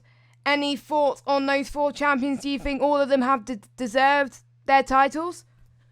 Yeah, 100%. And I think another thing with these long seasons is it really gives drivers a chance to develop over the season. You look at Nexus Iceman, who won the Podium Tier Championship. At the beginning of the season, you wouldn't have said how dominant he'd become later on in the season. We've seen that before sometimes in the Podium Tier where, drivers, obviously, if they're in the lowest tier, it means they have the most room for improvement. And it's just good to see that when they put practice in and, they walk away with the championship. So I think fully deserved. Obviously, Westy, he won the Pinnacle Tier Championship. He won the Precision Tier Championship last season. So back-to-back championships for him.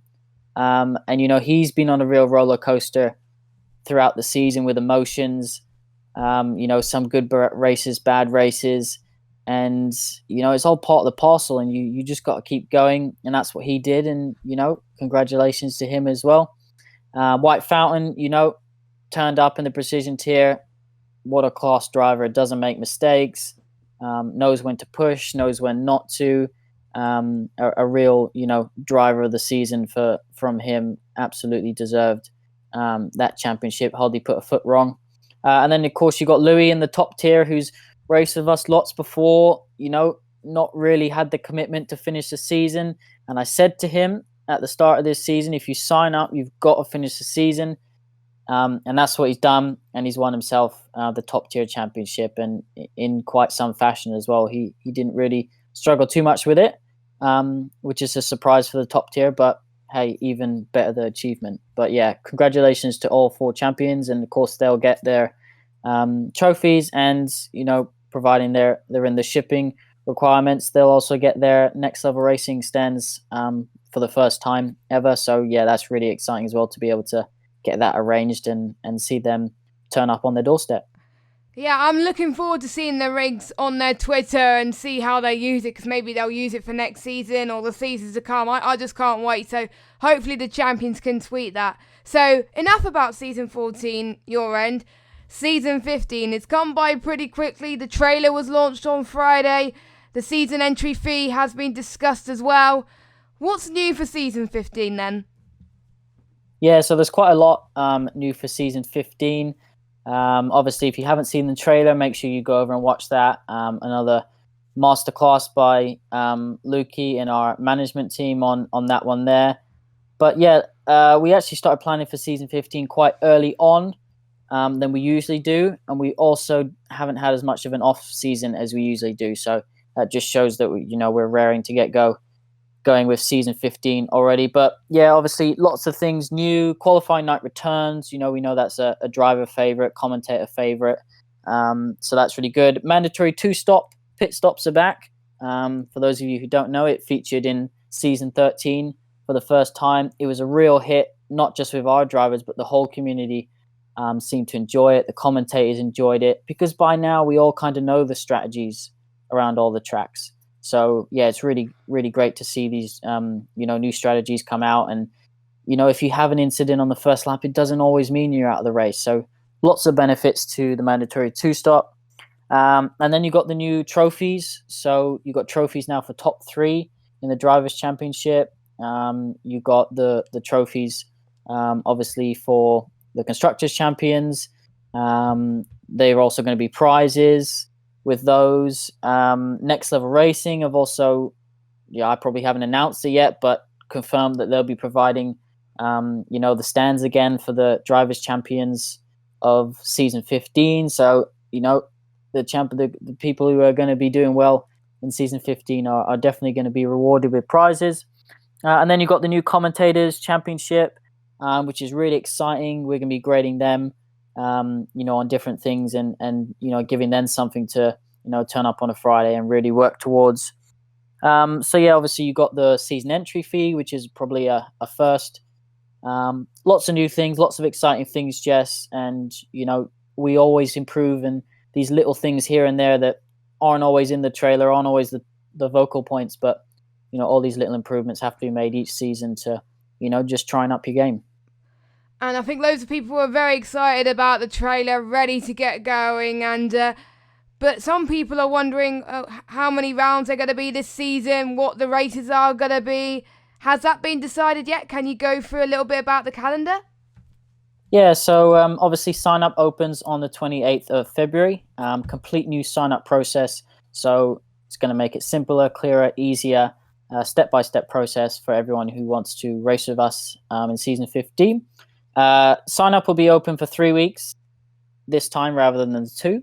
And then we're going to have qualifying night on the 20th of March. And that'll be in Britain, the same as it was for Season 14. We'll go racing on the 10th of April for the first race of the season. Obviously, in between qualifying night and the 10th of April, we have all our off-season, pre-season stuff that, we like to do at One Hub Racing, tier announcements, the team contracts open, all that sort of stuff. And then, I'll give you a bit of an exclusive, Jess. Hasn't been announced yet, but round 1 will be in Bahrain. Round 2 will be in France. Round 3 will be in China. Round 4 will be in Austria. Round 5 will be in Singapore. Obviously, we always have one street circuit in our shorter seasons. Round 6 will be in Canada. Round 7 will be in Germany. Round 8 will be in Belgium. Round 9 will be in Britain. And then we will finish the season round 10 in Brazil, just in time, hopefully, if it's released around the same time as it was last year for the F1 2020 game release. But 10 races for Season 15, really good mixture of tracks there. Looking forward to some exciting racing. Lots of pit stops with the mandatory pit stop. Why did it came to the decision that those tracks were pit in the calendar? Because it must have been a really hard decision as to what tracks were pit. Did you think about the 2-stop situation? What was easier for a 2-stop, or was it completely different idea? No, so where we run the full season when the game first comes out, it always gives us a bit of way to explore each track. Are there any boring races in the season? Are there any races which, cause lots of incidents? Those sorts of tracks we try to leave out. We only ever have one street circuit. So that cuts another 2 out. And then, it's just kind of picking fan favorites, ones that, the commentators enjoyed, lots of racing, close battles. And, we feel that the calendar that we've got for Season 15 is really going to provide that. And I hope you guys are excited for those as well. So we also talked about the prizes. Can you give us an update on what prizes we've got coming up for the drivers and the constructors? Because it's not just trophies that we got on offer, isn't it? Yeah, exactly. So for the first time, One Hub Racing, obviously this is helped by the season entry fee, that's been discussed. Excuse me. So in the Drivers' Championship, for all tiers, first place will receive a £20 PSN credit and a trophy. Second place will receive a £10 PSN credit and a trophy. And third place will receive a One Hub Racing official cap and a trophy.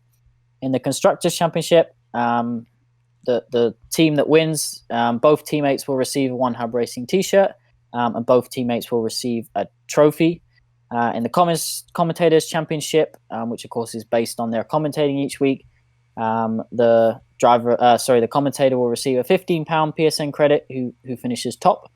and a trophy as well to be crowned commentator of the season. And then, as I previously mentioned, Next Level Racing has obviously kindly continued their sponsorship with us, and so they'll be providing stands for the drivers' champions who finish top as well. So yeah, lots to look forward to.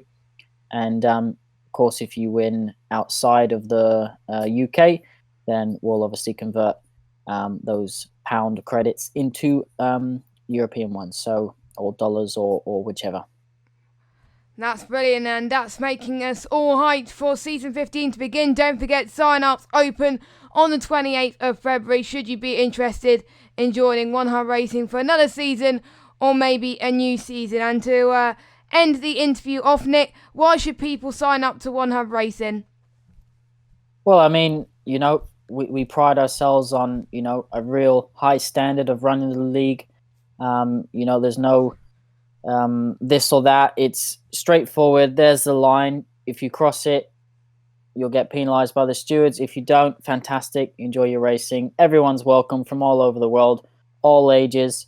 One Hub Racing is a real good community, and drivers who have raced with us, just awesome yourselves. Find someone who's raced with us that plenty of the community has, and they'll tell you, how we run the league, what we deliver. It's at the top of our game. Okay, thank you very much for your time, Nick, and we hope to speak to you in the near future. Yeah, definitely looking forward to, seeing everyone sign up for Season 15, get racing. It's going to be a season to remember, and yeah, really looking forward to seeing those happy faces at the end of Season 15 as well. Right, so thank you very much, Nick. It was a pleasure interviewing you earlier on in the week. Unfortunately, he could not make it. He was at a work do, I think, sadly. So, but it was lovely to talk to him earlier on. So, important things to take from that video that you're watching earlier on in the week, and obviously today. The most important one was, I think, the mandatory 2-stop as well. We were both there, Kieran, I believe, in Season 13 when the 2-stop actually started. It definitely did spice up the races in Season 13, didn't it?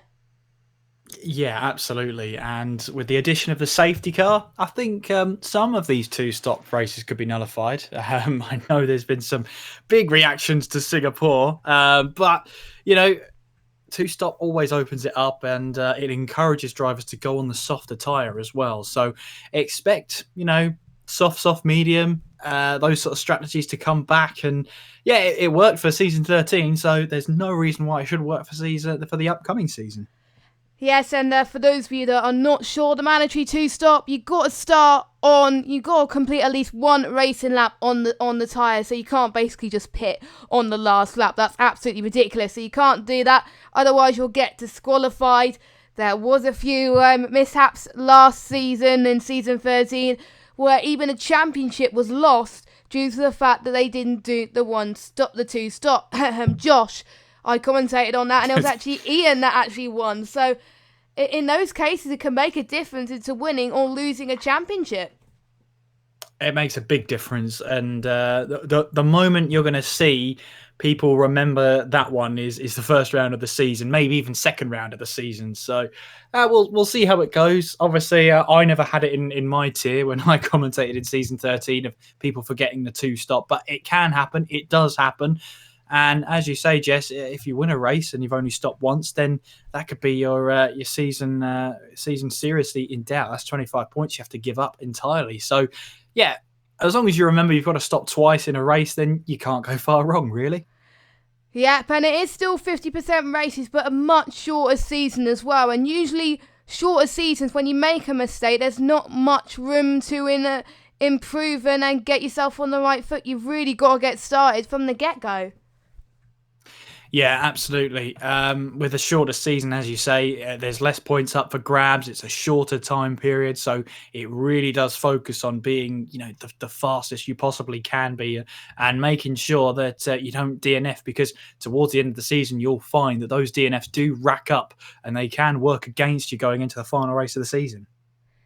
Yes, definitely. And one other talking point which got quite a much more positive response than we were expecting was the season entry fee. £5. People are expected to pay for the entry fee, or if you're race premium, if you pay $9.99, you got 2 seasons paid for, which is pretty nice. What were your thoughts originally, and what do you think about it now due to the reinvestment? I think obviously there's prizes, there's PSN cards up for grabs, so it's to fund the prizes themselves now, which can only be a good thing. And if you have watched that video from Nick explaining the sign up fees and joining it, I think it works out as 25 pence a race. I mean, it'll work out a little bit more. I think it's 50 pence a race because it's only a 10 race season, of course. But as well as that, it'll allow people to actually compete for PSN cards, which go towards a brand new game. Wink, wink, nudge, nudge. F1 2020. If you want to put it that way. But I think at the same time, it has come under fire. But I think it was always going to. But if you're willing to pay the price, then by all means do it, because it allows you now to really compete for those PSN cards. I think it's I can't remember the exact numbers off the top of my head. All I know is that third place you get a 1 hub cap, which I really want, by the way. I want one. I want one so bad. I've never got any 1 hub merch, and I never get one of those. I'm going to buy one myself, but the fact that you get 1 hub merch is just incredible, I got to say. So Nick has definitely gone all out to make sure that the season entry fee is definitely well reinvested, especially those PSN cards. And also, don't forget, it's not just the drivers and constructor championships that also will be funded as well. It's also the commentators, you guys have put on a great show the last few seasons, and sometimes you hardly get any recognition or any benefit from it. So it just goes to show anyone could benefit from it, because us commentators, we give up every Friday night to commentate. Well, you do, not me, because I don't commentate every Friday. But it's just nice that every single one of you guys, including the commentators, will get something from the season entry fee. I think it's going to go down as on record as I'm going to be the first commentator to bottle a championship. But it will come to that. But I like the idea. It'll encourage us to research even more, to get the drivers' viewpoints. And I know Austin, if he's signing up next season, he's going to be the favourite. I reckon he's going to be odds-on favourite to win the Commentators Championship next season. You heard it here first. But mainly we have to impress you, Jess. You're the judge, so I think it's going to be tough. We're all going to be up against each other, but as long as we remember that, as you say, we're doing this because we love doing it, and if there's a prize on offer, that's a bonus. And like I said, I'll probably bottle it, but anyway, that's how it goes. But if you do like the commentary, just make sure you let the league admin know. Is pretty much how it will go next season. If you watch back the race and you think, actually, you know what, I love that bit of commentary, or I love that line, just make sure you let your league admin know. That gets passed on, and that helps towards the decision of the Commentators Championship. So hopefully we'll get an update every round as to how that's going. You will. You will. It's not just, you will. Good. It's not just revealed on the final night. No. Otherwise, what's the point? What's the point? Because there's hardly any room to improve. And I've told the commentators this, but I haven't told you guys really. So they get given a rating from 1 to 5, 1 being really poor, to 5 being excellent as well, and they get given notes every week as well as to why they got given those scores and how much to improve on it. So like Kieran said, if you think a commentator is good, just let Nick know, let the tier coordinator know, or even let me know, and that can go towards their rating during the week as well, because I think your feedback really does help me decide on what the rating is for the week as well. I get to watch the streams every week, and your feedback pretty much helps as well. And Luke just said, unless Jess takes bribes. Oh my god, I'm not having bribes. If the commentators are going to think to bribe me during the season, that's not going to happen. The bribe is £15 exactly, and a PSN card, Luke, if you want to know. Yeah, but the thing is, only one commentator wins. It's not like all the others where 3 people can win it. Only one does it. But you never know. If the entry fee goes up in any year, I don't think it will be, but if it does, maybe we may have a first, second, and third place. We'll never know anyway. And if you are watching this and thinking, hey, I want to be a commentator possibly for future seasons, just message the One Hub Racing account. Send me your experience of previous commentaries, or just show me your enthusiasm, and we could get you signed up for next season, maybe as a reserve or maybe as a full-time. We'll have to wait and see. Just let me know and I'll get you sorted. So, yeah. Any final thoughts of season 15 before we wrap up? Can we start it now? That would be the only thing. I know it's a Sunday, but who cares? No, I'm really looking forward to it. I mean, it all starts at Quali Night. I believe that's a Silverstone, so it's a tough track to go to. I mean, last time out we went to Barcelona, which proved an interesting one for the late tiers. Was it Barcelona last time? I think I'm making that one up. It was Barcelona in season 13, and it was Britain in season 14. So we're going back. We're going back to Britain. Okay, fair enough.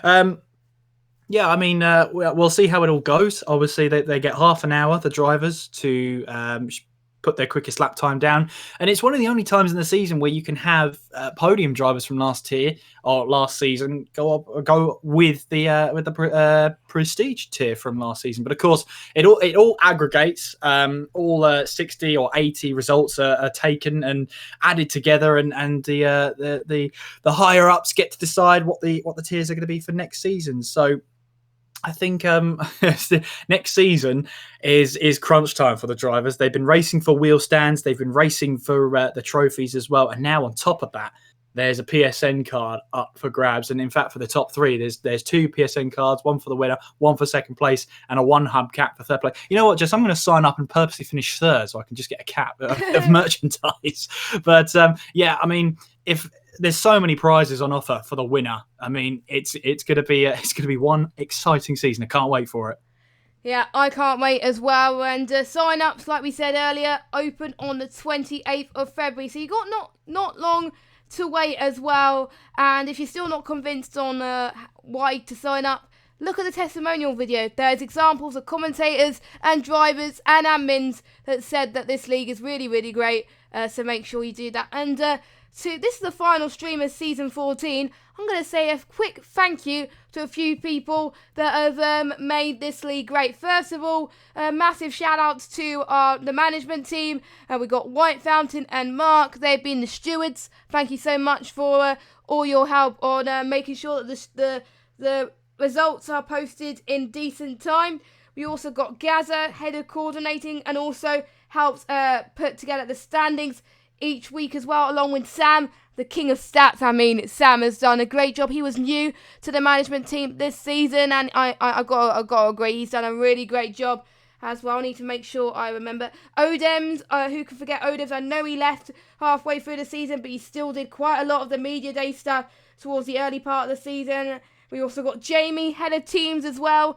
Thanks to him for sorting out the team transfers and dealing with Nick, all the trouble for the drivers, and sorting out the tiers each week. Thank you so much to him.